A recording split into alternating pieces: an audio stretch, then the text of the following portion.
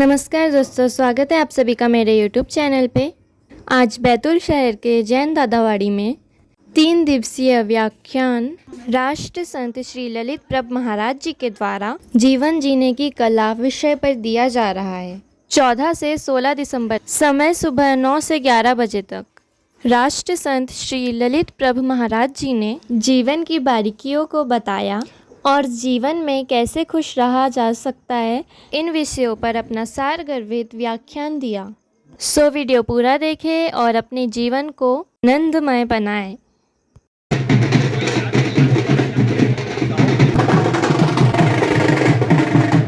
चरणों में हम सभी की ओर से श्रद्धा भक्ति भरा नमन। आप सभी पधारे हुए श्रद्धालु भाई बहनों का स्वागत, अभिनंदन सबके लिए।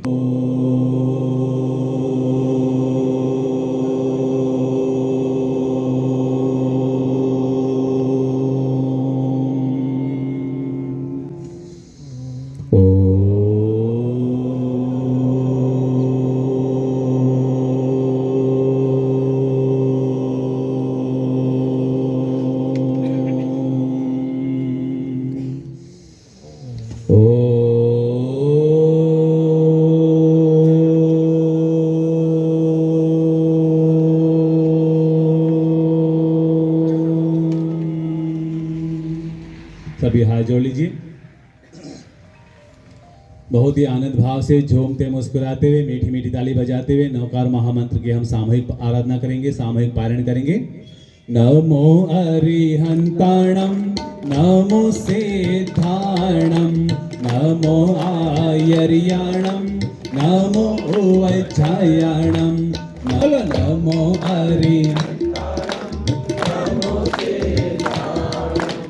नमो आयर्याणं, नमो वैच्छायाणं, नमो लोये सब्बसाहुणम्। सन्तु सुखिनः सर्वे सन्तो निरामया, सर्वे भद्राणि पश्यन्तु, मा कश्चित् दुःखभाग् भवेत्, मा कश्चित् दुःखभाग् भवेत्। शान्ति शान्ति शांति। गुरुजनों के मंगल आगमन पर ताली बजा के स्वागत, अभिनंदन। परमात्मा के प्रति शुक्राना, गुरुदेव के प्रति शुक्राना, सभी साधु साधु भगवंतों के प्रति शुक्राना का भाव और इसी आनंद भाव के साथ अपना स्थान ग्रहण कर लीजिए। शुभकामनाएं अपनी ओर से समर्पित करते हैं। आओ पहले 2 मिनट गीत का आनंद लेते हैं और फिर जीवन की गीता समझते हैं। हिम्मत ना हारिए, प्रभु ना बिसारिए। हाँ, हिम्मत ना हारिए और प्रभु ना बिसारिए। हंसते मुस्कुराते हुए जिंदगी गुजारिए, हंसते मुस्कुराते हुए जिंदगी गुजारा। काम ऐसा कीजिए हाँ जिससे हो सबका भला, बातें ऐसी कीजिए जिसमें हो शहद घुला, बातें ऐसी कीजिए जिसमें हो शहद घुला।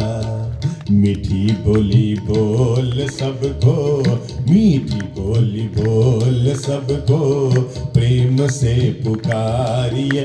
हाँ, मीठी बोली बोल सबको, प्रेम से पुकारिए। कड़वे बोल बोल के ना जिंदगी बिगाड़िए, हाँ ये गुजारिए। हंसते मुस्कुराते हुए, पता है सबके लिए मंगल, प्रेम, दुआएं और शुभकामनाएं। अच्छा लग रहा है। ऐसा लगता है जैसे राम जी अयोध्या नगर से गए थे और जब 14 साल के बाद वापस लौट कर आए तो मन को कितना सुकून मिला होगा। हम जब बैतूल से गए 6 महीना पहले और वापस जब बैतूल में लौट कर आए हैं तो हम उतने ही सुकून का एहसास कर रहे हैं जितना आप खुश हुए थे कि हमारे महाराज साहब आ रहे हैं। हम भी उतने ही खुश हुए। कुछ करीबी लोगों को पता है कि हमने कितने कितने नगरों को ना ना ना ना ना कह के फिर कहीं जाकर के बैतूल को हाँ हो पाया। हम आप सब लोगों के धार्मिक सद्भावना प्रेम के लिए अपनी शुभकामना समर्पित करते हैं। अच्छा लग रहा है। ये बैतूल संख्या में भले ही आप लोग कम हैं, पर मुझे पता है आप लोगों में बड़ा दम है, क्योंकि आप लोग काम पड़ने पर सब के सब एक हो जाते हैं। वैसे भी आप लोगों के यहाँ से लेके नागपुर के बीच में संतरे ही संतरे होते हैं, और संतरे की खासियत होती है, मैं आपको बताऊं, संतरे की एक सबसे बड़ी खासियत होती है, वो भले ही अंदर से अलग अलग है। याद करो संतरे को, हाथ में लो, एक और छिलका उतार के देखो। अब क्या है, 1 2 3 4 5 6 7 8 9 10 करीबन 12 14 15 पंखुड़ियां संतरे की अलग अलग फांकी होती है ना। पर खास बात बताऊं, भले ही ये संतरा अलग अलग टुकड़ों में अंदर से बटा है, पर जरूरत पड़ ना जाए तो पूरा संतरा बाहर से एक नजर आता है। बैतूल तो संतरे की तरह है, भले ही कोई थानकवासी है, भले ही कोई मंदिर वाला है, भले ही कोई अमुक परंपरा वाला है, भले ही कोई खंडेलवाल है कि अग्रवाल है कि माहेश्वरी है कि वो सरदार है कि जो कोई भी है, हम सब फांकों में अलग है, पर जब संतरा हाथ में उठाओगे तो हम सब के सब एक हैं। देखो भाई, मिलजुल कर रहने की ताकत तो अलग होती है। आप लोग कभी अंगूर भी तो खरीदते होंगे ना, केवल संतरे ही खाते हैं? हर चीज खाते हैं, जो मिल जाए सो छोड़ते नहीं है। तो संतरे आपने देखे होंगे ना, तो अंगूर भी देखे होंगे ना। अब जरा याद करो, ताजा ताजा ठेले में जाकर अंगूर किसने खरीदा? अभी अंगूर आते हैं क्या? अंगूर अभी आ रहे हैं? अच्छा, तो आपने देखा होगा एक अंगूर के ठेले में 2 तरह के भाव के अंगूर होते हैं।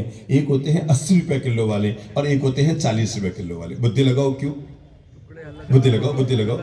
कोई अलग बगीचे से नहीं आते हैं, एक ही बगीचे से आए हुए अंगूर होते हैं, पर जो अंगूर गुच्छे से सटे हुए रहते हैं, मानकर चलना वे 80 रुपए किलो के होते हैं, और जो गुच्छे से टूट के नीचे गिर जाते हैं वे 40 रुपए किलो के होते हैं। मैं चाहूंगा समाज को भी हमेशा अंगूर के गुच्छे की तरह रहना चाहिए, क्योंकि हम जितने सारे बाकी सब छोड़ो ना, आप में से किसी के जेब में 2000 का नोट है? निकालो तुम, देखो किसके जेब में, खर्चा नहीं कराऊंगा। निकाल लो। खर्चा नहीं कराऊंगा तो कहीं ने हाथ डाला जेब में। तो जिन्होंने निकाला वो खुद ही खड़े होंगे ना। विमल जी खड़े, लेके खड़े हो जी। हाँ, आप भी खड़े हो जाओ, अब खर्चा करा तो भाई, खड़े होने का 2000 रुपये तो लगता है ना। तो फिर अच्छा, एक काम करते हैं, इन्हीं से सीखते हैं सीधी सादी। तीसरा और खड़ा हो गया, क्या बात है, 6000 रुपया पूरा धर्म में लग जाएगा। तो चौथा, और यहाँ के लोग बहुत दिलदार हैं क्या? और भाई साहब, मैंने कई शहरों में 2000 के नोट निकलाए, तो एक आदमी लेके खड़ा होता है। यहाँ सब 2-2 के नोट खूब रखते हैं, अच्छी बात है। अब चलो एक काम करो, इस 2000 के नोट को मुट्ठी में बंद करो। अब सोचो इनके हाथ में कितने का नोट है, बच्चों बताओ, पक्की बात 2000 का। अच्छा, इस नोट को अगर आप अपने दरी के नीचे दबा देंगे तो कितने का रहेगा? 2000। अगर इस नोट को मिट्टी में डाल के वापस निकालेंगे कितना रहेगा? 2000। अब ये काम करो, इसके 10 टुकड़े कर दो। पता लग गया ना, टुकड़े होने पर कीमत नहीं रहती, साथ रहने पर ही कीमत रहती है। तो ये 2000 के नोट से जीवन का पाठ सीख लो कि जब तक साथ रहोगे, ये 2000 का नोट जब तक पूरा एक है तब तक इसकी कीमत है, और जैसे ही ये फट गया तो बस जो जहां बैठा है ना, सब एक दूसरे को पहले तो प्रणाम करो, और प्रणाम करके बोलो, अपन बैतूल वाले सब के सब एक है। अरे ये तो बैतूल है। बैतूल का मतलब क्या है मालूम? मत दो फालतू बातों को तूल, मत दो फालतू बातों को तूल, क्योंकि ये है हमारा प्यारा बैतूल। यूं तो हम धागा है। बोल लो, सब बोल लो, बच्चों आप भी बोल लो। सबके काम की चीज है, पूरे बैतूल के काम की चीज है। आपके बैतूल के धार्मिक प्रेम, सद्भाव, आपसी प्रेम को नमस्कार करते हुए मैं अपनी बात अब शुरू कर रहा हूं। यूं तो हम धागा है। सरदार जी आप भी बोल लो, यूं तो हम धागा है, मिल जाए तो हम चादर है। थोड़ा एक दूसरे हाथ मिलाकर बोलो ना, जो पास में बैठा उसे हाथ मिलाकर बोलो, यूं तो हम धागा है, पर मिल जाए तो चादर है। अरे यूं तो हम बूंद है, पर मिल जाए तो सागर है। यूं तो हम धागा है, पर मिल जाए तो चादर है, और यूं तो हम बूंद है, पर मिल जाए तो सागर है। अरे यूं तो हम कागज हैं। क्या है? सब बोलो, यूं तो हम कागज हैं पर एक दूसरे को देखकर बोलो, यूं तो हम कागज हैं पर मिल जाए तो किताब है, यूं तो हम धागा हैं पर मिल जाए तो चादर है, और यूं तो हम बूंद हैं पर मिल जाए तो सागर है। कैसे बताऊं आपको, यूं तो हम कागज हैं पर मिल जाए तो किताब है, अरे यूं तो हम अल्फाज हैं पर मिल जाए तो पूरा का पूरा काव्य है, यूं तो हम ईंट हैं। बुद्धि लगाओ क्या होगा। इधर आओ, इधर आओ बेटा, इधर आओ। बिल्कुल माँ के पेट से निकल के आए जैसे। आजकल बच्चे सब बोलते हुए आते हैं। आजा आजा ऊपर आजा, आजा बेटा, हाँ हाँ डरो मत, डरो मत। ओहो छोरा तो जोरदार है। ओहो अब आगे भी कर ले, 3 को क्या 3 को कुछ। किधर से आया है? रायपुर से आया। अरे वाह, इधर आ। किसका पापा जी है? पापा जी का नाम बोलो ना। सुमित कांत। ओहो फिर तो छोरा तेज ही होगा ना। यहाँ का दोईता है, नम्रता वैसे का बेटा है। कहाँ है पापा जी? कहाँ है? वो पापा जी वहाँ है। और मम्मी? मम्मी आई है क्या? ठीक है, साधुवाद। बहुत अच्छा परिवार है, संयोग से बच्चा खड़ा हो गया। हमारा अभी रायपुर में ऐतिहासिक चातुर्माह संपन्न कराने में जिस परिवार की महत्वपूर्ण भूमिका रही, वो यहीं का क्या है, जमाई कहलाएंगे क्या यहाँ हैं? आदरणीय सुरेश जी, विजय जी, सुमित बाबू तो सामने विराजे हैं। साधुवाद। अच्छा हाँ, तो बोलो ना आप यार, मरा सब बना दो। पूछो मम्मी को, बन जाओ। मम्मी तो नानी कह के पता है मुझे, धार्मिक है। हाँ तो यूं तो हम ईंट हैं। आगे घर है, ठीक है ठीक है, फिर भी ठीक बोला बच्चा। यूं तो हम ईंट हैं पर मिल जाए तो घर है, यूं तो हम ईंट हैं पर मिल जाए तो इमारत है। बोल लो, यूं तो हम ईंट हैं, मिल जाए तो बोल इमारत है। यूं तो हम इंसान हैं। एक बार एक दूसरे के हाथ में हाथ डाल के बोलो दिल से। बिटियाओं आप भी डालो, एक दूसरे के हाथ में हाथ डाल के। बहनों आप भी एक दूसरे के हाथ में हाथ डालकर बोल लो, अरे यूं तो हम ईंट हैं पर मिल जाए तो इमारत है, और यूं तो हम इंसान हैं पर मिल जाए तो पूरा भारत है। केवल इंसान को दिल बड़ा करना होता है, मन बड़ा करना होता है, अपनी भावनाएं, अपनी सोच और अपनी भावनाएं बड़ी करनी होती है। और मैं तो प्रवचन शुरू करने से पहले आप सब वो है ना, क्या नाम, बैतूल के भाइयों के बहनों के सबको वो कहते हैं ना, काजल की टीकी लगा दो नजर न लगे। तो मुझे लगता है बस आपको नजर न लगे, ये दुआ करता हूं। 3 दिन की हमारी ये प्रवचन माला है। क्या आनंद आया है शहर में, है। इधर हमारे संघ के गौरव में संत प्रवर्तक श्री प्रकाश मुनि जी महाराज साहब अपने संघ के साथ पधारे हैं। इधर हमारे साध्वी वरियाएं, क्या सकल संघ का वातावरण बना है। चतुर्विध संघ तो बनाई है, सकल जैन समाज केवल बैनर पर नहीं है। देखो पूरे मंच पर सकल जैन समाज का माहौल नजर आता है। मुझे किसी ने पूछा था कि बाप जी भगवान महावीर कब मुस्कुराते हैं? मैंने कहा जब मंदिर और मुपत्ति वाले एक जगह बैठते हैं तो भगवान महावीर भी मुस्कुराते हैं। तो ये जो मीठा मधुर माहौल, ये बैतूल वाले है ही किस्मत वाले। देखो मेहनत की रायपुर वालों ने, बेचारे ठेठ जोधपुर से पकड़ के लाए। मेहनत की रायपुर वालों ने, वहां तो हम एक बार गए, आपके यहां बिना मेहनत 2 बार आ गए, है ना। उधर तो कितनी बार गए? 1 बार गए, और यहां पर बिना बुलाए 2 बार आ गए। तो है तो आप लोग किस्मत वाले, मतलब चाहो इतना और मिलता है छप्पर फाड़ के। हाँ, बैतूल वाले बहती गंगा में हाथ धोते, गंगा लाना नहीं जानते। कभी गंगा लाओगे तो पता लगेगा। बहती गंगा में हाथ धोने की आदत बंद करो। हमारा जीवन परम पिता परमेश्वर का प्रसाद है। चाहो तो इसे प्रसाद मान लो, चाहो तो इसे विषाद मान लो। आप हंसते हुए जिएंगे कि रोते हुए जिएंगे, ये कोई ऊपर वाला तय नहीं करता, ये आप खुद तय करते हैं। आप मुस्कुराकर जिएंगे कि मुरझाकर जिएंगे, ये कोई परमात्मा तय नहीं करता, आप खुद तय करते हैं। आप बुनाते हुए जिएंगे कि गुनगुनाते हुए जिएंगे, ये किसी को तय करने के लिए बाहर नहीं जाना पड़ता है। इंसान खुद तय करता है, मैं आज की जिंदगी बुनाते हुए जीऊंगा कि गुनगुनाते हुए जीऊंगा, मुस्कुराते हुए जीऊंगा कि मुरझा कर जीऊंगा, आनंद से जीऊंगा या मन को लटका कर जीऊंगा। तय इंसान को करना पड़ता है कि वो अपने जीवन को कैसा जीना चाहता है। पर एक बात तय है, हमारी जिंदगी प्रभु का प्रसाद है। अगर चाहो तो इसे आनंद और प्रेम से भर सकते हैं। जिंदगी न बन जाए बला, बोलो जिंदगी न बन जाए बला।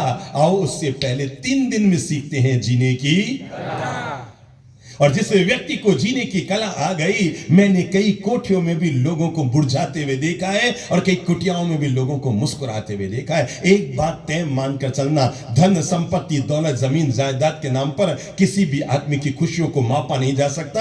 अरे जिंदगी की खुशियां किसी के बाप की नहीं होती, अपने आप की होती है। और तय इंसान करता है कि उसे जीवन को कितना खुश रहकर जीना। कोई ऐसा नहीं है कि अमीरों के घर में हमेशा खुशियां ही रहती है। अरे उनको भी टेंशन आते हैं, उनको भी तनाव आते हैं, उनको भी माथा फोड़ियां आते हैं, उनको भी छाती कूटे आते हैं। और ऐसा नहीं है कि गरीब की झोंपड़ी में हमेशा दुख ही रहता है। उनकी जिंदगी में भी खुशियों के पल आया करते हैं। अमीरों की जिंदगी में भी टेंशन के दिन आ सकते हैं और गरीबों की जिंदगी में भी खुशियों के दिन आ सकते हैं। क्यों? क्योंकि जीवन के 95% सुख दुख ऐसे हैं जो हमें कोई और नहीं देता, हम खुद पैदा करते हैं। भगवान ने आपको धर्म पत्नी दी कि आप प्रेम मिठास से उसके साथ जिंदगी जी सकें, एक अच्छे गृहस्थ जीवन का पालन कर सकें, अपने संसार परिवार में प्रेम की गंगा यमुना बहा हुए घर को स्वर्ग बना सके। पर क्या गजब हुआ, ऊपर वाले ने जो हमें दिया हमने उसका बिगाड़ा किया। उसने आपको धर्म पत्नी दी, आपने उससे भी तनाव पैदा किया, बोलचाल बंद पैदा की, आपने खिंचाव पैदा किया, तू ऐसी तू ऐसी तू ऐसी, हमने तनाव पैदा कर लिया। भगवान ने हमें कितनी अच्छी जीवन में आपको पति दिया, पर आपने उससे भी तनाव पैदा कर लिया। ऊपर वाला जो हमें देता है हम उसमें नाखुश होकर के, क्या गजब होता है जिंदगी में। जब आपकी शादी हुई थी तो आपके बेडरूम में क्या था, याद करो तो। किसी की ताजी शादी हुई है क्या? अभी साल 2 साल में अभी हुई है? अरे बूढ़े कौन से भूले होंगे ना। तो उनकी भी जब शादी हुई थी तो उनके बेडरूम में क्या था, फूलों की मालाएं सजी थी, फूलों की वो फूलों की पंखुड़ियां बिखरी थी, इत्र छिड़का गया था, परफ्यूम छिड़का गया था। जिंदगी कैसी है जहां की पहली शुरुआत फूलों की पंखुड़ियां और फूलों की मालाओं से होती है, और जिंदगी में 10 साल के बाद उसी बेडरूम में झंडू बाम, लाल बाम, हरा बाम, सर दर्द की गोली, आधा मेडिकल स्टोर सबके रूमों में पहुंच गया है। अब जरा एक बात बताओ, इसका जवाबदार कौन? बोलो कौन है? हम नहीं, आप। हम का कहते हैं हम, हमारा क्या रोल है? आपकी माथा बूढ़ी आप जानो भाई, हमें क्या दिक्कत है? क्यों? क्योंकि हम जीने की कला नहीं सीख पाए, हम जीवन का सदुपयोग नहीं कर पाए। सोचो अगर ये जिंदगी आपको 2000 रुपया घंटा में मिलती तो आप बैठकर गप्पे मारते? सोचो, आप फालतू की बहस करते, इधर उधर की बातें करते, तेरी मेरी करते, पड़ोसी की बेटी के बारे में बैठ के चर्चा करते। अरे 2000 रुपये घंटा लग रहा है बातचीत करने का भी, क्योंकि पता है सब कुछ यहां सशुल्क मिलता है। एकमात्र जिंदगी है जो ईश्वर हमें निःशुल्क देता है, और जिंदगी निःशुल्क मिलती है इसलिए इंसान अपने जीवन का मूल्य नहीं आन पाता है।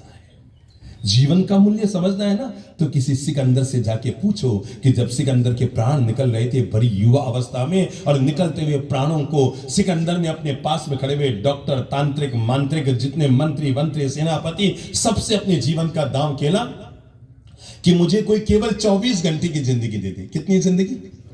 24 घंटे की जिंदगी दे दे, मैं उसे अपने शरीर का भार जितना सोना दे दूंगा।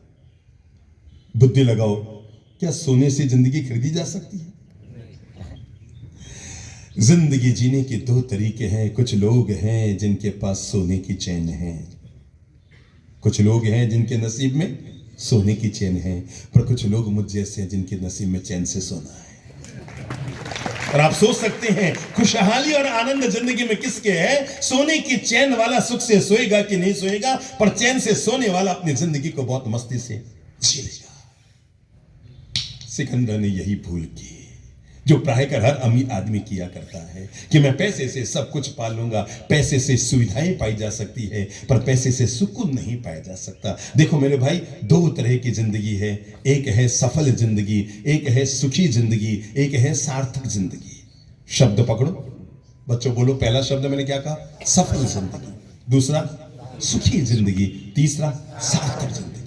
हाँ, ये आपकी सफल जिंदगी है कि आपके घर के बाहर 5-5 गाड़ियां खड़ी है, आलीशान कोठी, बंगले, फैक्ट्रियां सब चल रही है। ये आपकी सफलता है, आपने ऊंचाई को प्राप्त किया।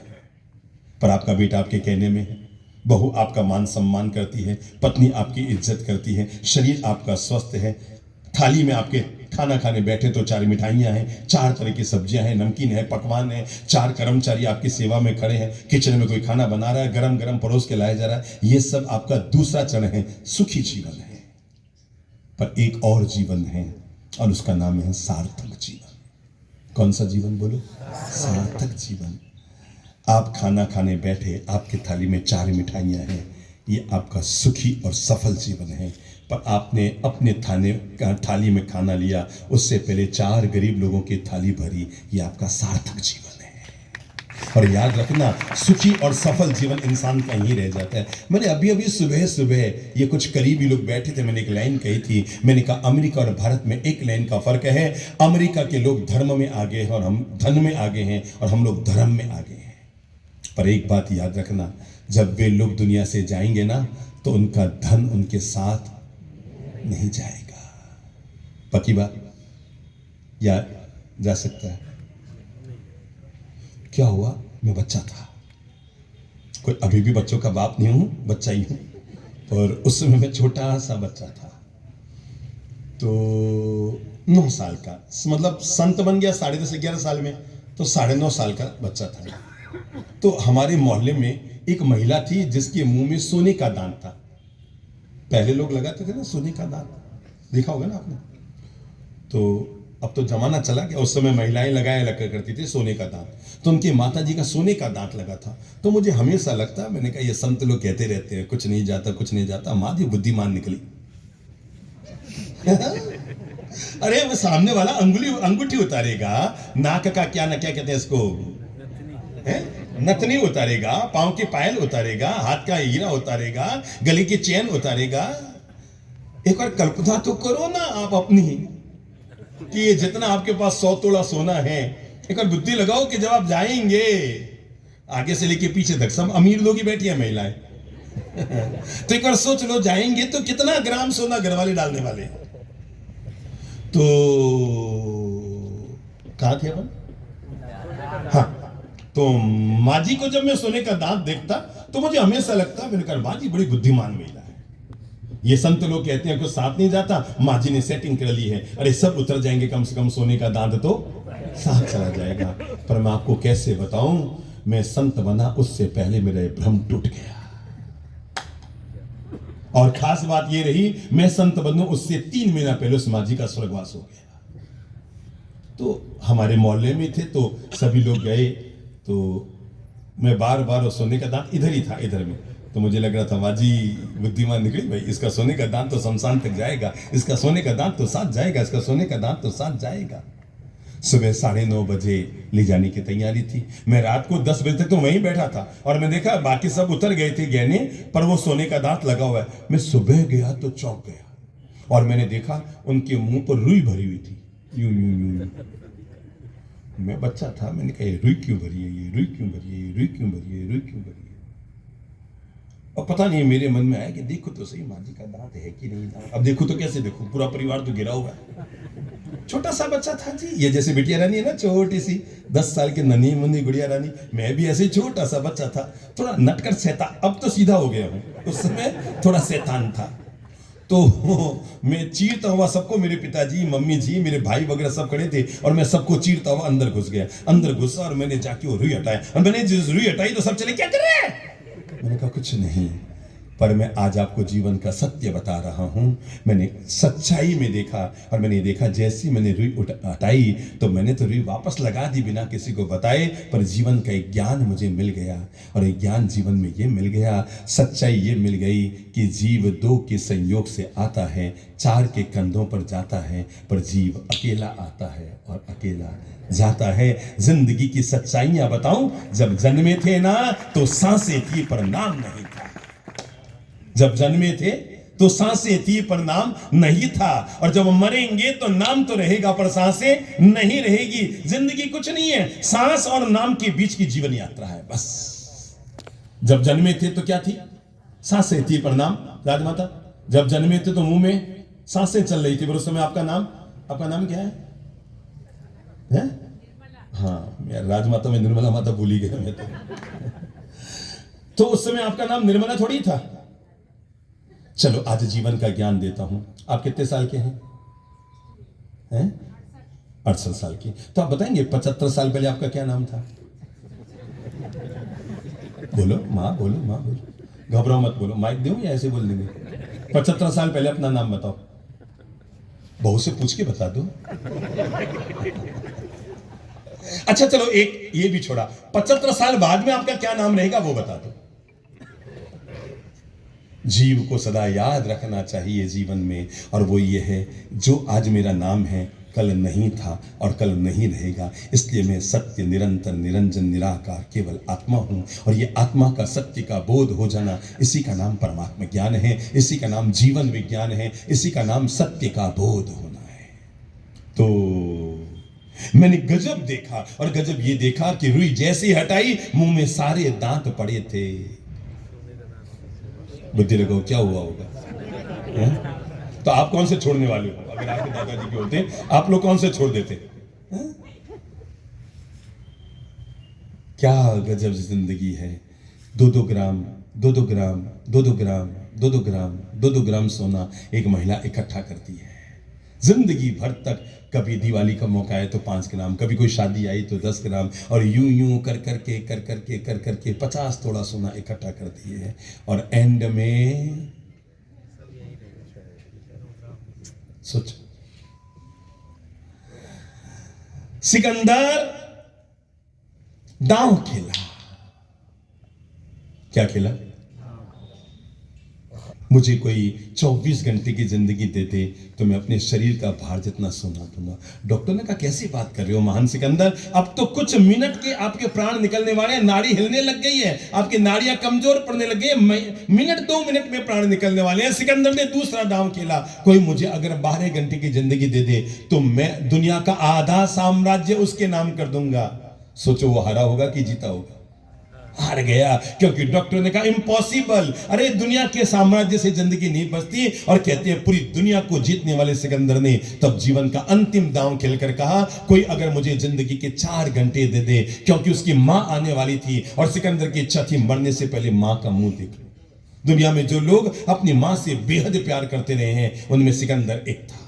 तो उसने कहा मैं मरने से पहले अपनी मां का मुंह देखना चाहता हूं, और उसने दांव खेला कि अगर कोई मुझे 4 घंटे की जिंदगी दे दे तो पूरा दुनिया का साम्राज्य उसके नाम कर दूंगा। डॉक्टरों ने कहा महान सिकंदर आपके प्राण निकलने वाले हैं, और प्राण निकलने वाले हैं। उसका शरीर ठंडा होने लगा, हाथ यूं पसरने लगे, और तब कहते हैं पसरते हुए हाथों से सिकंदर ने अंतिम लाइन कही थी, वो सिकंदर जिसने पूरी दुनिया को जीता था पर अपनी जिंदगी से हार गया। इसलिए मैं आपको अपनी आगे की बात कहूं इससे पहले जीवन का ये बोध जरूर दे देना चाहता हूं। जिंदगी बड़ी बेशकीमती है, इसलिए जिंदगी न बन जाए भला, उससे पहले सीख लो जीवन जीने की कला। और आज जब जीने की कला का मैं आपको पाठ दे रहा हूं तो पहला अनुरोध करना चाहूंगा, जिंदगी को बहुत आनंद से जियो, बहुत प्रेम से जियो, बहुत मुस्कुरा कर जियो, हर पल को एंजॉय करो। जो लोग अपनी लाइफ को एंजॉय करते हैं ना, उनको बुढ़ापे में एंजियोग्राफी नहीं करानी पड़ती। जो अपने जीवन के हर पल को एंजॉय करते हैं, क्या मुंह लटका कर बैठे हो, क्या छोटी सी बात पर बोलचाल बंद करके बैठे हो, क्या छोटी सी घटना हो गई उसको लेकर वैर की गांठ बांध कर बैठे हो, क्यों मन में कषाय की ग्रंथि लगा के बैठे हो, क्यों आपने आपस में खींचतान पैदा कर ली है। अरे गलतियों से जुदा तू भी नहीं, गलतियों से जुदा मैं भी नहीं, दोनों इंसान हैं, खुदा तू भी नहीं और मैं भी नहीं। गलतियों से जुदा तू भी नहीं और गलतियों से जुदा मैं भी नहीं, दोनों इंसान हैं, खुदा तू भी नहीं मैं भी नहीं। ये तो गलत फहमियों ने पैदा कर दी दूरियां, वरना मन का पापी तू भी नहीं और मैं भी नहीं। देते हैं इल्जाम एक दूसरे पर, क्या कहा मैंने? देते हैं इल्जाम एक दूसरे पर, मगर अंदर झांकता तू भी नहीं और मैं भी नहीं, क्योंकि गलतियों से जुदा तू भी नहीं और मैं भी नहीं। अपने पूरे जीवन को बहुत आनंद से, मुस्कान से, प्रसन्नता से, खुशहाली से जियो। छोटी सी तो जिंदगी है, अगर समझो सोमवार को जन्मे तो सोमवार को जन्मे, मंगलवार को स्कूल गए, बुधवार को शादी की, गुरुवार को टाबर हुए, शुक्रवार को बूढ़े हुए, शनिवार को बीमार हुए, रविवार को राम नाम। 7 दिन की जिंदगी में कितनी माथा फोड़ी, कितने छाती कूटे, कितनी सिर पच्चियां पालोगे। जीवन का पहला निर्णय यहीं से आज हम शुरू करते हैं। मैं अपने जीवन के हर पल को बहुत आनंद से, मुस्कान से, प्रसन्नता से, जीवन के हर पल को बहुत बहुत प्यार और मिठास से जीऊंगा, क्योंकि जिंदगी बार बार नहीं मिलती। और ये मैं अब तक समझ नहीं पाया, जब तक शादी नहीं होती है तब तक कोई भी लड़की गणित पढ़ती है, भूगोल पढ़ती है, इंग्लिश पढ़ती है, साहित्य पढ़ती है, हिंदी पढ़ती है, सारी विज्ञान पढ़ती है, सभी चीजें पढ़ती है। और शादी के बाद ये पढ़ाइयां तो बंद, नई पढ़ाई शुरू हो जाती है, उससे बोलचाल बंद करती है, ननन से ईर्ष्या करती है, देवरानी से झगड़ा की शुरुआत करती है, सासू माँ से आपस में खींचतान पैदा कर देती, नई पढ़ाई शुरू कर देती है। क्या हमारी ये प्रगति है या दुर्गति है? जीवन का निर्णय हो, मैं जीवन के हर पल को बहुत आनंद से, प्रसन्नता से, मुस्कान से जीऊंगा। और अब इसके लिए मैं आपको छोटे छोटे 5 मंत्र दे रहा हूं। आज चूंकि प्रवचन शुरू होने में विलंब हो गया, कल हम सभी संतों के भी प्रवचन सुनने का आनंद लेंगे। आदरणीय प्रकाश मुनि जी महाराज का भी कल हम प्रवचन सुनेंगे। पर आज मैं छोटे छोटे 5 मंत्र आपको दे रहा हूं जिंदगी में जोड़ने के लिए। वे मंत्र आपके लिए रामबाण दवा का काम कर जाएंगे। और जीवन का पहला मंत्र जोड़कर रखो, जो है उसका आनंद लो। बोल लो मुंह से, एक कमर सीधी करो, ये लटक के बैठने की आदत बंद कर दो। क्या करो? पहला काम जो है उसका आनंद लो। एक बार बुद्धि लगाओ, क्या ये सद्गुण मुझ में है, या मैं उसका उल्टा करता हूं कि जो नहीं है मैं उसके बारे में हमेशा सोचता रहता हूं।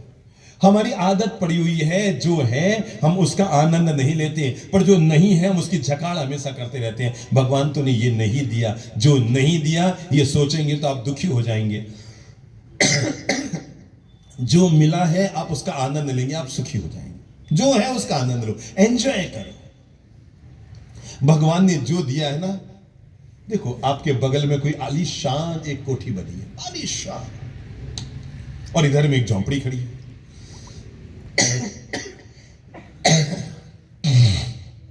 आप जब जब कोठी को देखेंगे क्या होगा?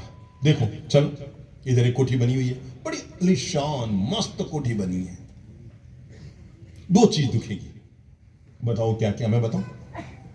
एक तो गर्दन दुखेगी, दुखेगी, और दूसरा दुल दिखेगा। अच्छा, काम तो ये भी मेरे साथ ही करता था, बेटे ने लगता है या तो सोने में कुछ मिलावट ज्यादा कर करके अंधा-धुंधा पैसा कमाया। हम नेगेटिव सोचने लग जाते हैं बहुत ज्यादा। जो है उसका आनंद लो, जो नहीं है उसकी बुद्धि मत लगाओ। शब्द बोल लो, जो है उसका आनंद लो। भगवान ने किसको क्या दिया ये मत सोचो, जो आपको दिया है ना आपके नसीब से ज्यादा दिया है। किसको क्या मिला? दुनिया में हजारों लोग हैं जो आपसे आगे हैं, और हजारों लोग हैं जो आपसे पीछे हैं। दुनिया में अरबों लोग हैं जो आपसे आगे हैं, दुनिया में अरबों लोग हैं जो आपसे पीछे हैं। या तो जो आगे हैं उसको देख देख कर आप दुखी होते रहो, या जो भगवान ने पीछे रखे ना उनको आगे लाने की कोशिश करते रहो। जो है उसका आनंद लो। समझो यहां पर किसी की एक लकीर है 2 फीट की। बिटिया खड़े हो तो खड़े हो जाओ, घबराओ मत। कॉर्डलेस माइक है ना, दौड़ के दो। एक आदमी को यहां बैठा, इधर आओ बेटा। आप लोग कौन सी स्कूल से आए हैं? कौन सी स्कूल? सर्वोदय। सर्वोदय। तो डांटती क्यों है मुझे? डांटो मत बेटा, बेटा कितना लाड से बोलता हूं आपसे बेटा।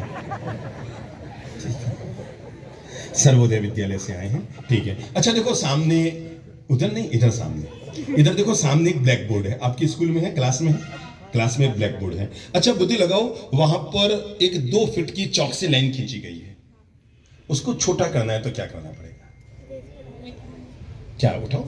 और बेटा जीवन भर याद रखना, किसी की लकीर को छोटा करने के लिए मिटाना जरूरी नहीं है।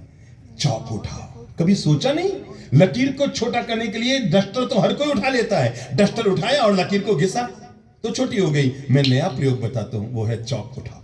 उठाओ चौक, उठा लिया ना। ये लो ब्लैक बोर्ड, और इस पे लिखा हुआ है 2 फीट की लाइन है। अब आपको इसको छोटा करना है तो इसका तरीका बताऊं। आप एक लंबी लाइन खींचो 2.5 फीट की। क्या हुआ? बजाओ ताली। क्या हुआ? कौन छोटी हो गई? पहली वाली छोटी हो गई। बस जीवन का पाठ पढ़ लो, किसी को छोटा करने के लिए उसको मिटाना जरूरी नहीं है, खुद को आगे बढ़ाना जरूरी है। समझ गए? जीवन का पाठ समझ गए ना? कोई हमसे आगे है तो जीवन में कभी भी केकड़ा मत बनो जो आगे चलने वाला। आपको पता है, मैं एक बार एक जगह पर था तो वहां पर 2 जार थे और जारों में मेंढक रखे हुए थे। क्या थे? मेंढक। एक में बताया गया इंडियन मेंढक है और एक में बताया गया विदेशी मेंढक है। तो मैं समझ नहीं पाया यार, इंडियन मेंढक और विदेशी मेंढक में क्या फर्क है। तो उन्होंने फर्क भी बताया, बताऊं आपको। और फर्क ये बताया, जो विदेशी मेंढक थे उनका जार का मुंह खुला था और जो इंडियन मेंढक थे उनके जार के ऊपर कपड़ा बांधा हुआ था। ध्यान से समझना, सभी लोग ध्यान से समझना घटना को। इंडियन मेंढक के जार पर क्या था? कपड़ा बांधा हुआ था। और विदेशी मेंढक का जार समझ के डिब्बा खुला था। तो मैंने वहां जाकर पूछा, मैंने कभी एक बात बताओ, ये वो कहते हैं साहब ये इंडियन मेंढक है जो कपड़ा बांधे हुए हैं और ये जो खुला रखा हुआ है ये विदेशी मेंढक है। तो मैंने कहा एक बात समझ में नहीं आई यार, ये मेंढकों में भी तुम फर्क रखते हो, ये इंडियन और विदेशी। तो उन्होंने कहा साहब, मैंने कहा फिर इंडियन मेंढक को आपने कपड़ा क्यों बांधा है और विदेशी मेंढकों को खुला क्यों रखा है? इन्होंने कहा साहब ये इंडियन मेंढक उछल के बाहर आ जाते इसलिए कपड़ा बांधा है।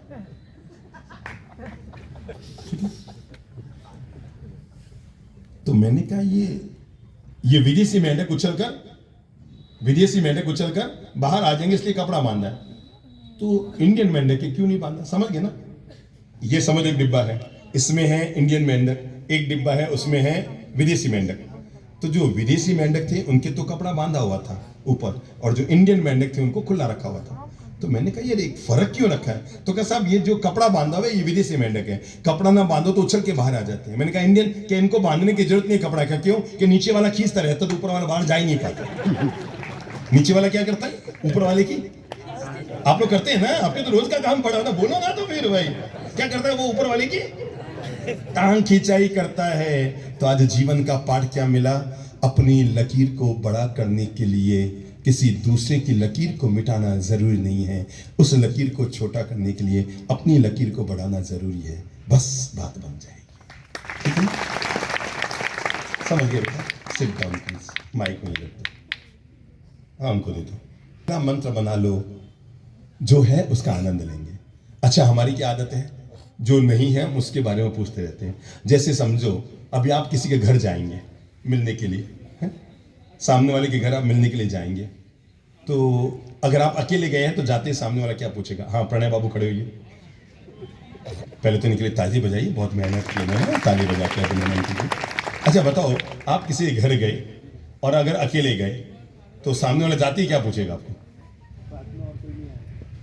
वो पूछेगा भाभी जी नहीं आए, सीधा। विधायक महोदय, अभी आप अकेले जाएंगे किसी घर, किसी का, मेरे यहाँ भी आएंगे तो मैं पूछूंगा लाडे सर नहीं आई, सीधा पूछूंगा। तो ये किसी के घर जाएंगे और जाते ही, हर एक के घर का नियम है, जाते ही वो और साहब जय जिनेन्द्र प्रणाम राम राम, तो जाते ही पहला क्या पूछेगा? भाभी जी नहीं आए। अब उसको पूछो तेरे भाभी जी का क्या काम, पूछो उसको। अरे मैं आया हूं उसकी तो बात करना, भाभी जी नहीं आए उसकी बहस क्यों कर रहा है? हमारी आदत है जो है हम उसका आनंद नहीं लेते, जो नहीं है हम उसका रोना रोते हैं, और यही दुख का कारण है। समझ में आई? ऐसा आपके साथ हुआ होगा ना कई बार? हाँ हाँ भी बोल रहे हैं ये। जब आप अकेले गए तो सामने वाले पूछा भाभी जी नहीं आए, तो उसको पूछना चाहिए अगली बार, तेरे भाभी जी का क्या काम है? भाई मैं आया हूं मुझसे बात कर, तो क्या करेगा भाभी जी का? हमारी आदत है। अच्छा, जो मैंने कहा वो सही है ना, इससे गुजरे ना आप लोग। मनुष्य की प्रकृति है ये, हर इंसान की प्रकृति है कि इंसान को जो मिलता है आदमी उसका आनंद नहीं लेता, जो नहीं आया है आदमी उसके बारे में सोचता रहता है। तो बैठिए, तो जीवन का पहला मंत्र अपने आप के लिए जोड़ लो, और वो है जो है उसका, ऐसे लटक कर बोलेंगे, जो है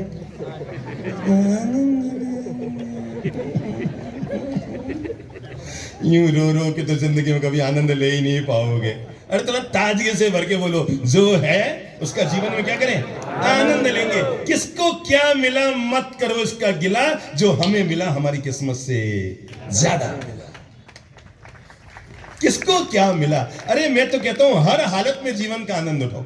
जैसे समझो कहीं चुनाव हो रहा है, अब चुनाव में समझो विधायक की सीट पर कोई खड़े हुए, अब उनमें से कोई एक जीतेगा और एक हारेगा, तय, दोनों तो जीतेंगे नहीं, एक जीतेगा।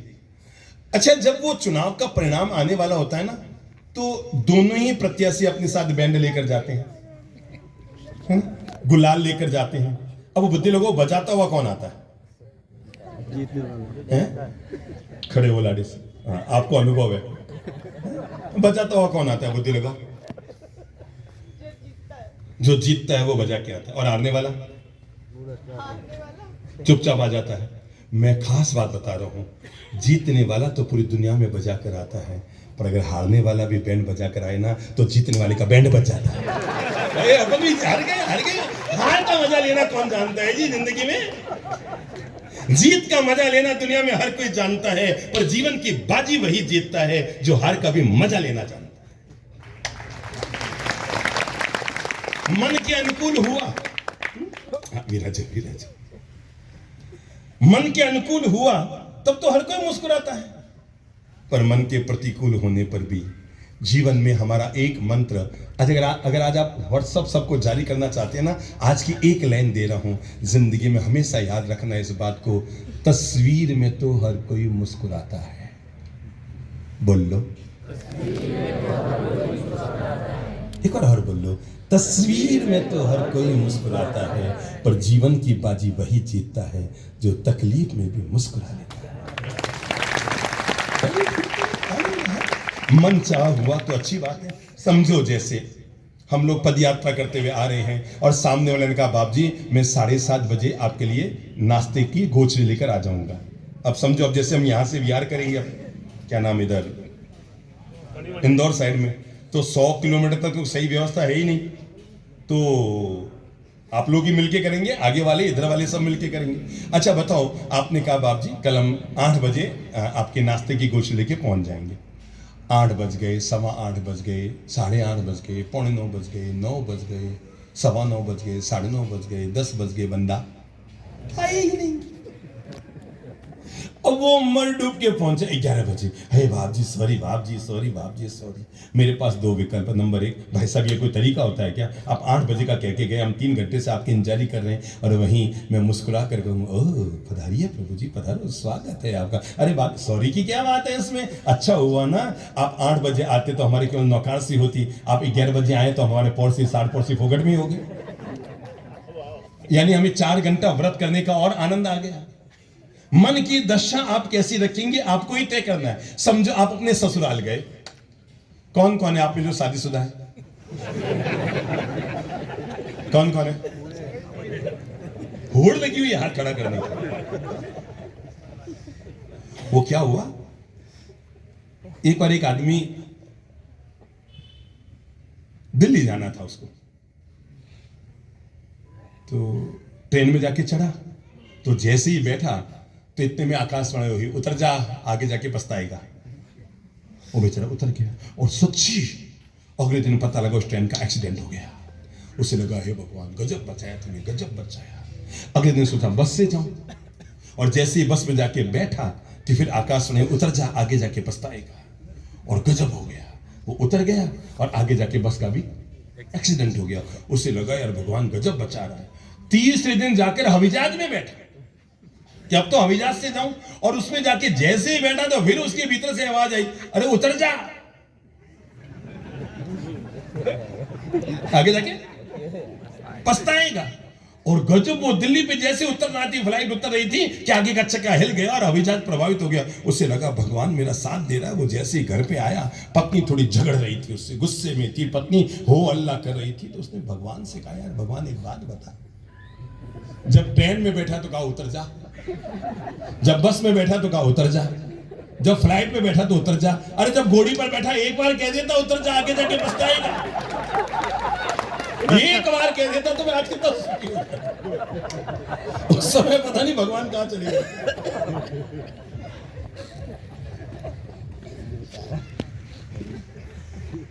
जिंदगी में पहला मंत्र छोड़ दो, जो है क्या, ऐसे हाथ बांध के मत बोलो, जो है उसका आनंद लो। कैसे? जो है उसका बस, और जो व्यक्ति ये मंत्र अपने जीवन में याद रखता है, मैं लिख के दे देता हूं, वो आदमी जीवन में कभी दुखी नहीं होता, कभी नहीं हो सकता, कभी भी नहीं हो सकता। जिंदगी में चाहे जैसी दुविधा आ जाए उसे, हमारे एक शब्द है उसका नाम है सामायिक। आप उसका मतलब समझते हैं? सामायिक का मतलब हम सीधा साधा मतलब समझते हैं, 48 मिनट तक चरवला मुंहपत्ती लेकर के बैठ जाना, माला जपना, आराधना कर लेना, प्रभु का भजन कर लेना सामायिक है। मैं आपको बताऊं, सामायिक का मतलब होता है विपरीत वातावरण प्रकट होने पर भी मन में शांति और समता को बरकरार रखना, इसका नाम सामायिक है। जब विपरीत वातावरण बन गया तब भी, जैसे देखो बहुत सारी बहनें वहां मंच पर बैठी हैं, वो मुंह पर मुख वस्त्रिका बांध कर बैठी है, ठीक है ना। आपको पता है ये क्यों बंधी है?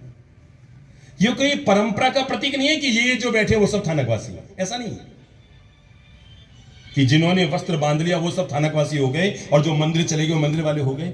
ये मुपत्ति परंपरा के प्रतीक नहीं, ये शांति की प्रतीक है कि जब हम बोलें तो इस बात का विवेक रखें कि अरे अरे मैं अभी तो सामायिक करके खड़ी हुई हूं और अभी गुस्सा करने लग गई। अच्छा जरा याद करो, कोई पुराने जमाने की माताएं यहां पर होगी तो पहले जमाने में घड़ी होती थी जिसमें चाबी भरनी पड़ती थी। अब तो ये सेल की घड़ी आ गई, पहले चाबी भरनी पड़ती। किसने देखी है चाबी की घड़ी? हाथ खड़ा कर दो।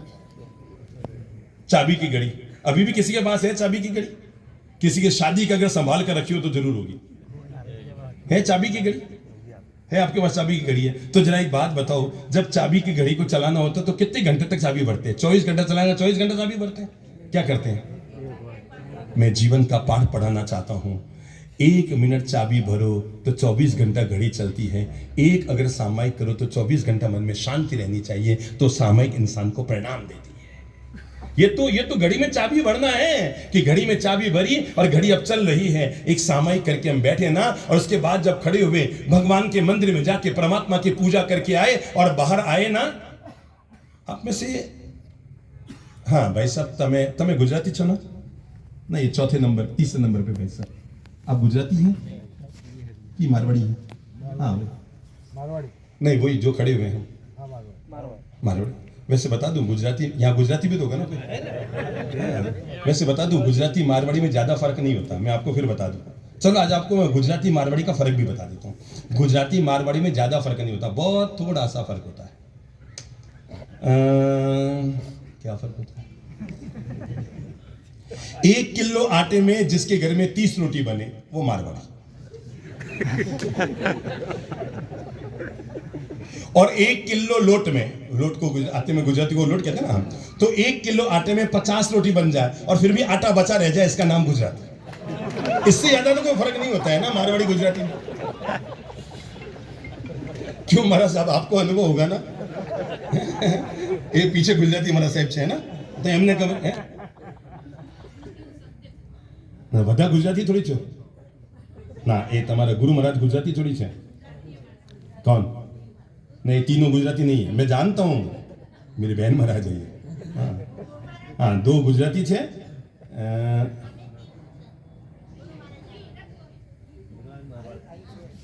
आया केटला गुजराती बहुत महान होती है, पर मैं इतना सा अनुरोध करना चाहूंगा।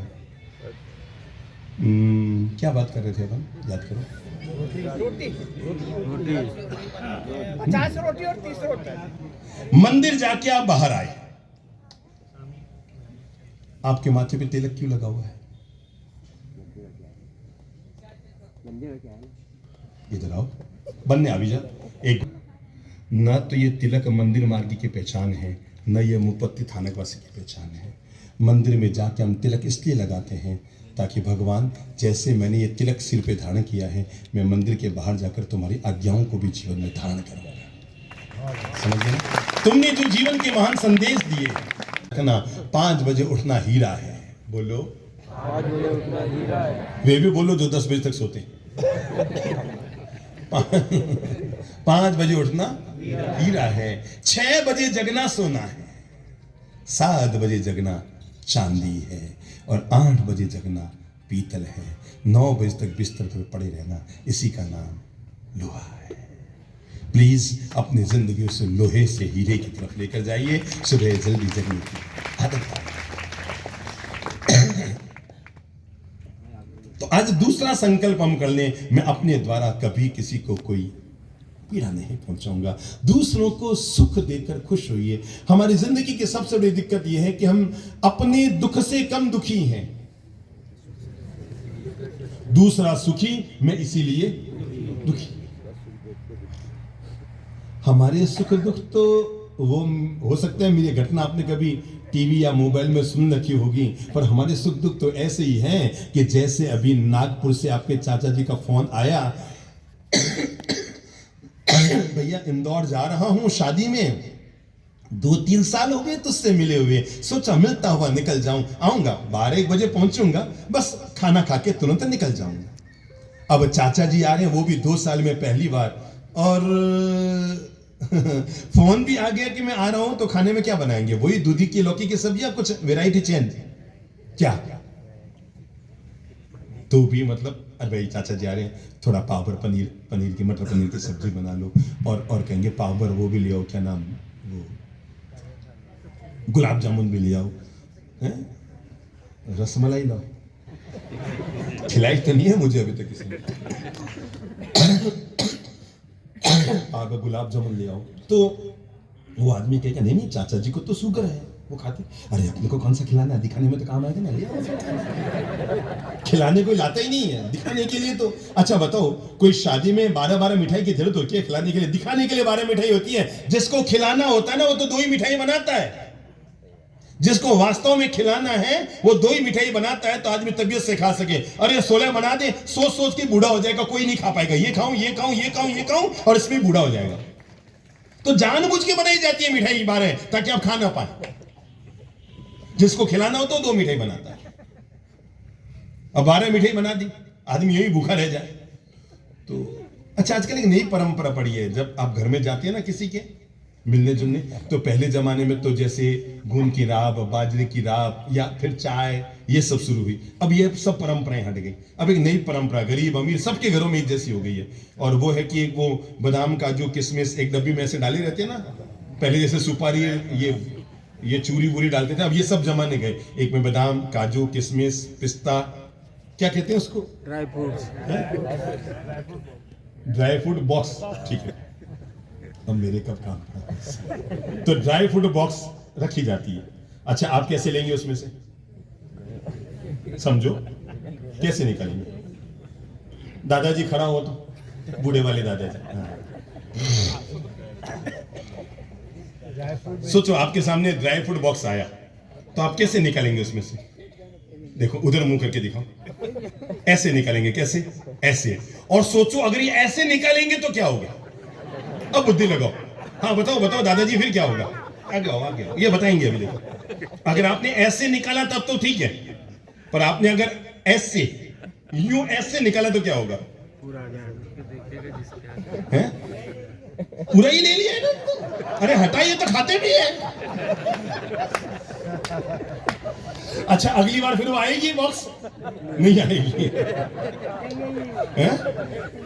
क्या? हाँ, वो कहते रखेंगे भी नहीं फिर तो ला करके। अरे ये तो खाते भी है। तो पानी पिला के रवाना कर दो। सच्चाई यह है। वही तो हाँ, गुलाब जामुन ला रहे थे। अब चाचा जी आए, 2 साल में पहली बार आए हैं। अब बूढ़े चाचा जी हैं। दादाजी आप कितने गुलाब जामुन खाओगे? हैं? मैं खाता ही नहीं हूं। समझो यही चाचा जी आ गए। यही वाले चाचा जी आए और खाते ही नहीं है। मजा आ गया। ऐसे चाचा जी को रोज भेज भाई। भोजन करने बैठे, बूढ़ा डोकरा कितना खाएगा? 2 रोटी खाई, आधी कचौड़ी खाई, आधा गुलाब। बेटा खाने का मन तो बहुत करता है, बुढ़ापे में खाया नहीं जाता, पर बेटा बहुत अच्छा लगा, मिलना जुलना हो गया। बेटा 2 साल हो गए थे, तू भी नागपुर नहीं आया और मेरा भी इधर आना नहीं हुआ। क्या? तू भी नागपुर नहीं आया और मेरा भी इधर आना नहीं हुआ। बेटा 2 साल हो गए थे, पर बेटा बहुत अच्छा लगा, मिलना जुलना हो गया। और जाते समय बहू के हाथ में 2000 का नोट पकड़ा दिया। अब पता है बहू के मन में क्या आएगा? हे भगवान, ऐसे चाचा जी को रोज भेज। 100 का खाए और 2000 खाया वो ससुर का, आया वो बहू का, तो ये तो 2000 नेट प्रॉफिट। क्यों चाहेंगे ना कि ऐसे चाचा जी रोज आए। अब चाचा जी गए, बहू बड़ी खुश हो रही है, ये चाचा जी आए, चाचा जी आए, 2000 की आमदनी हुई, चाचा जी आए, चाचा जी आए। ये अभी निकले थे ना 2000 के नोट, तो वैसे ही 2000 का नोट मिल गया। चाचा जी गए, मुसीबत तो अब शुरू होने वाली है। और अगले दिन आया जवाई। अब बुद्धि लगाओ क्या होने वाला है।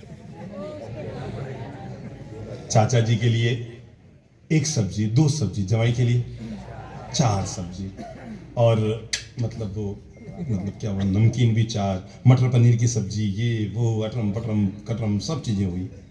चाचा जी ने कुल मिलाकर 100 का खाया, जवाई ने 400 का खाया। कितने का?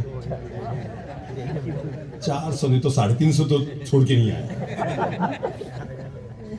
बस एक लाइन का फर्क जिंदगी की बात खड़ी कर रहा है, और वो एक लाइन का फर्क ये है कि चाचा जी गए तो 2000 देकर गए,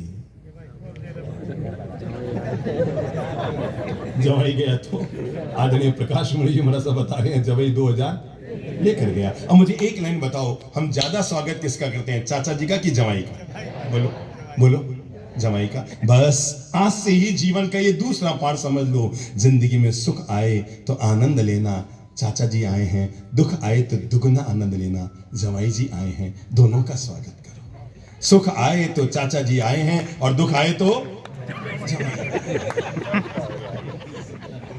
आप सब दुख देखिए आए हैं अपने अपने ससुराल में, पता है। समझो आप अपने ससुराल गए, हाँ ये बात भी सही कही, दुख देखे क्यों आए, कहते लेके भी तो आए हैं बेचारे।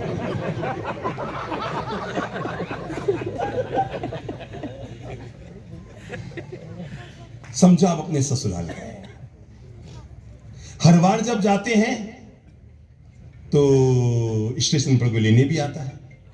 इतना ही नहीं, घर जाओ तो आरती भी उतरती है। इतना ही नहीं, खाना खाने बैठे 4 मिठाई भी आती है। इतना ही नहीं, निकलो तो 2000 का लिफाफा भी आता है। इस बार तो गजब हुआ, कोई स्टेशन पर लेने आया ही नहीं, घर गए तो आरती हुई नहीं, खाना खाने बैठे तो आटे का हलवा भी नहीं, और निकले तो कोई विदाई देने आया तक नहीं। तो आप घर आके क्या कहेंगे, देखा आजकल मैं बहुत ज्यादा जाने लग गया ना, तो मेरी कुत्ते जितनी इज्जत नहीं है वहां पर, मैं तो नहीं जाऊंगा। नहीं नहीं नहीं नहीं, घर आकर अपनी धर्म पत्नी से मुस्कुरा कर कहना, आज पहली बार ससुराल जाने का मजा आ गया। अरे हर बार जाता हूं ना तो लगता है मेहमान बनकर गया था, इस बार लगता है मेंबर बनकर गया था, आनंद उठा गया। जिंदगी की हर घड़ी को आनंद से जीने का आदत डाल लो। और दूसरा मैंने क्या कहा, कभी भी किसी को तकलीफ नहीं। हाथ जोड़ो सासू माताओं, हाथ जोड़ लो, आज के बाद कभी किसी बहू को तकलीफ नहीं पहुंचाएंगे। वो अपना पीहर छोड़ कर आई, परिवार छोड़ कर आई, माँ बाप को छोड़ कर आई, परिजनों को छोड़ कर आई, भाइयों को छोड़ कर आई, है ना जी, पक्की बात है ना। हम बेवजह क्यों किसी के मन को पीड़ा पहुंचाएं, अपने घर से अनुसार ढल पाई। अब आप हैं 55 साल की, वो है 22 साल की, अब 22 साल के लड़के से आप 55 साल की महिला की क्या तुलना कर रहे हैं। और फिर आप कहते हैं हमने तो भाई घटिया चलाई, हमने तो भाई घटिया चलाई, और चलाई तो चलाई, ये गाड़ियां चला रही है, इनकी किस्मत है। अब उसमें सुनाने की क्या जरूरत है, हमने तो घटिया चलाई। हर सास अपनी बहू को सुनाती है हमने तो घटिया चलाई। अरे चलाई तो चलाई, तुम्हारी किस्मत की बात थी, हमारी किस्मत हम गाड़ियां चला रही है।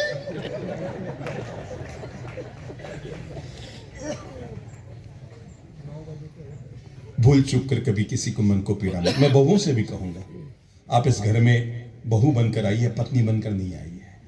क्या कहा मैंने, इस घर में बहू बनकर आई है, पत्नी बनकर नहीं आई है। पत्नी वो होती है जो एक व्यक्ति की होती है, बहू वो होती है जो पूरे घर की होती है। इसलिए कुल वधू बनकर आई है। ये मत सोचिए मेरा पति मैं खुश, अरे मैं आज तक समझ नहीं पाया, जब आदमी घर से अलग होता है, केवल बीवी बच्चों को लेकर अलग होता है, माँ को साथ में लाना उसे याद क्यों नहीं आता, उसे मां अपनी क्यों नहीं लगती, पापा अपने क्यों नहीं लगते, भाई अपने क्यों नहीं लगते। इसलिए आज से नियम ले लो, बहनों हाथ जोड़ो, सब नियम ले लो। अगर आप सासू मां हैं तो नियम ले लो, मैं अपने बहू का दिल नहीं दुखाऊंगी, कभी नहीं दुखाऊंगी। जिंदगी को आनंद से जीने का बेवजह आप कर्मों का बंधन कर रहे हैं। मेरी माताओं, आप दुनिया में आए थे कर्मों को काटने के लिए। एक बार जरा याद कर लो अपने ही लेखे जोखे को। पता है आदमी मौत से क्यों डरता है, क्योंकि उसे पता है कि मैं स्वर्ग नहीं जा पाऊंगा। अगर उसे पहले से पक्का पता है मैं इंद्र बनूंगा और 64 इंद्राणियां मिलने वाली है, तो कौन बेवकूफ होगा जो मरने से डरेगा। बताओ, उसे पता है जाति नरक में जाना तय है मेरा, इसलिए वो डरता है, घबराता है। नहीं नहीं नहीं नहीं नहीं, नहीं, नहीं।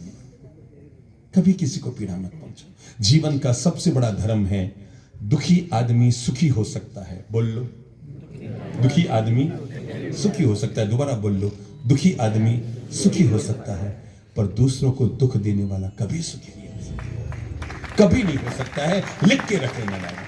पहला बंदर कहता है बुरा मत बोलो, दूसरा कहता है बुरा मत देखो, तीसरा कहता है बुरा मत सुनो, पर मैं चौथा बंदर आपको बताता हूं, बुरा मत सोचो, क्योंकि यहीं से सारी जड़ की शुरुआत होती है। क्या है चौथा बंदर?